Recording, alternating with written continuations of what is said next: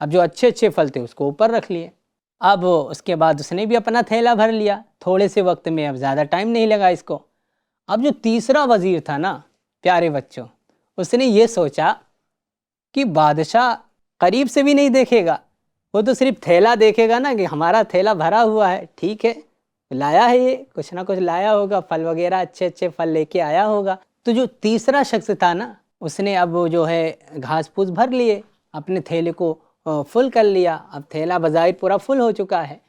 پیارے بچوں دیکھیے اب بادشاہ نے دوسرے دن سب کو بلایا، تینوں کو حکم دیا تھا نا کہ جاؤ باغ میں جاؤ، ہمارے لیے اچھے اور مزیدار پھل لے کر آئیے. اب ہوتا یہ ہے بادشاہ جو ہے وہ تھیلوں کو نہیں دیکھتا ہے، اب حکم دیتا ہے کہ جاؤ ان کو فلاں فلاں شہر کے قید خانے میں ان تینوں کو قید کر دو، ان تینوں کو قید کر دو. ہاں فلاں فلاں جیل خانے میں قید خانے میں ان کو جاؤ وہاں پر قید کر دو، اور 3 مہینے کے بعد ان کو واپس لانا. اب سب کو تھیلے کے ساتھ الگ الگ جیلوں میں ان کو قید کر دیا گیا. اب جو پہلا شخص تھا اس نے بادشاہ کے لیے اچھے اچھے پھل جمع کیے تھے، تو پھل جو ہے وہ اچھے اچھے پھل کھانے لگا. اسی طرح اس کے دن کٹتے رہے اور اس کے 3 مہینے پورے ہو گئے.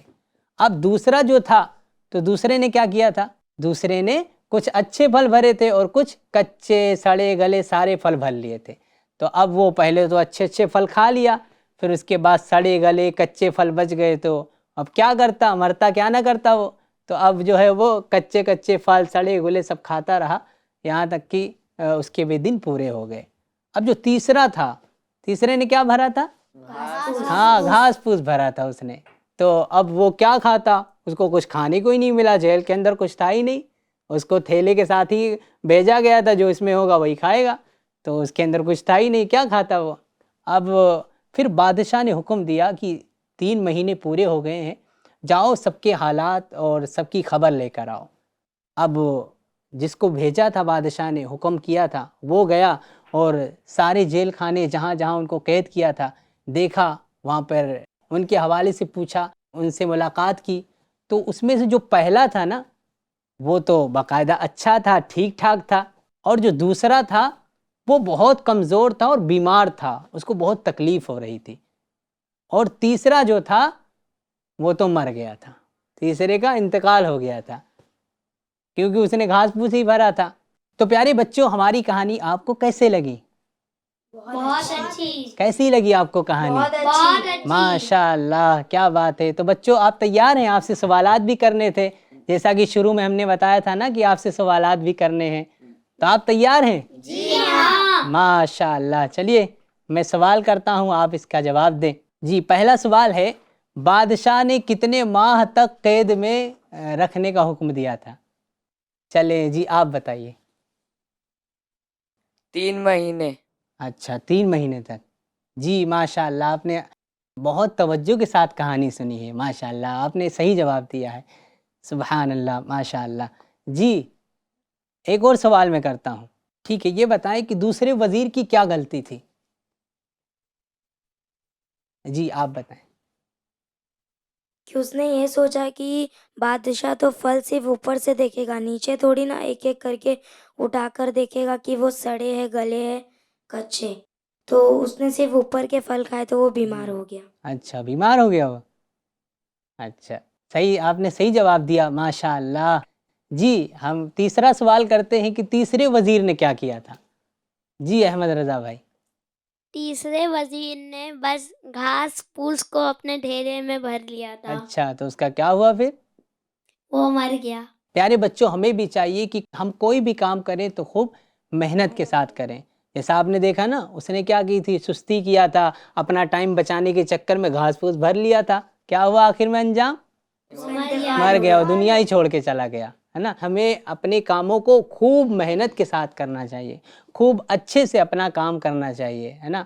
جب ہم خوب محنت کے ساتھ کریں گے تو ہمیں اس محنت کا صلہ بھی ملے گا، کیونکہ اللہ پاک کسی کی محنت کو ضائع نہیں کرتا ہے. ہاں اللہ پاک کسی کی محنت کو ضائع نہیں کرتا. اور ہمیں بھی چاہیے کہ ہم ہمیشہ سچ بولا کریں. کیا؟ ہاں ہمیشہ سچ بولا کریں اور اپنی زندگی میں اس سچ کو شامل کر لیں. سچ بولا کریں گے تو اس کے فائدے بھی بہت سارے ہیں. سب سے پہلا فائدہ تو یہ ہے کہ لوگ ہم سے محبت کرنے لگیں گے. کیا؟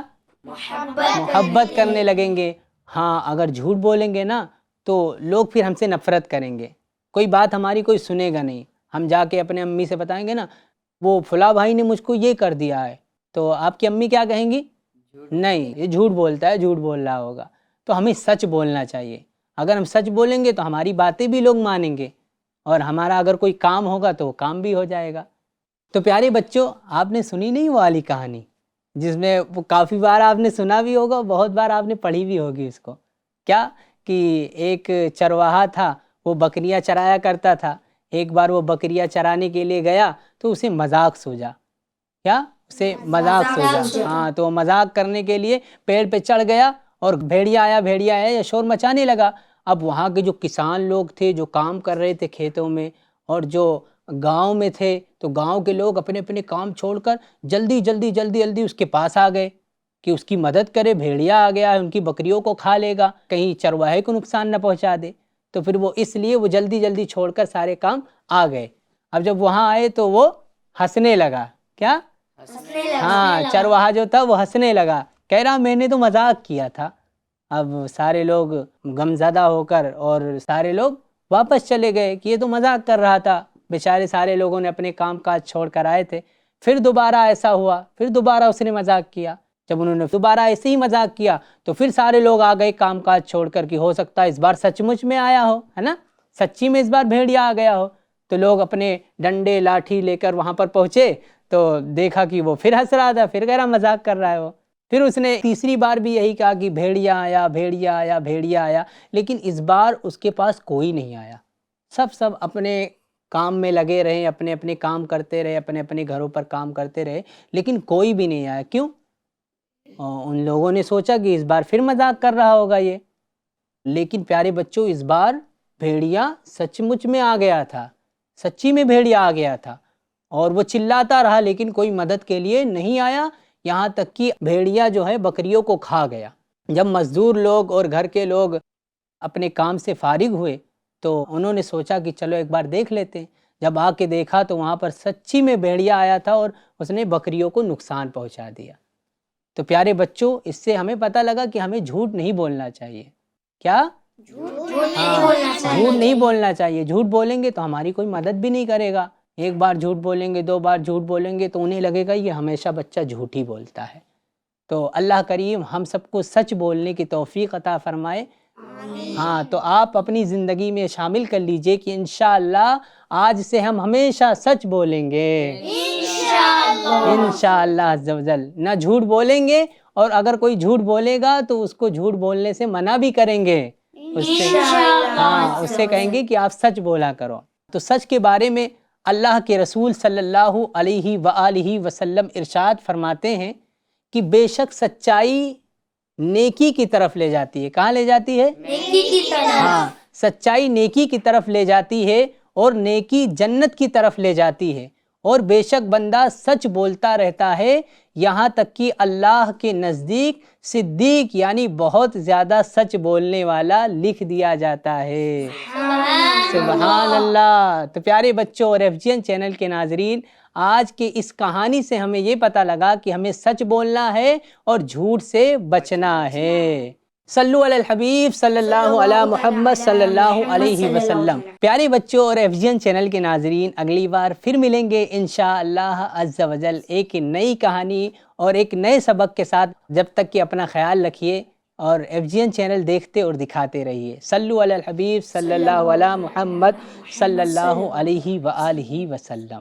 کہانی سنو، کہانی سنو، کہانی سنو، کہانی سنو، کہانی جلدی سنو، کہانی سنو، کہانی.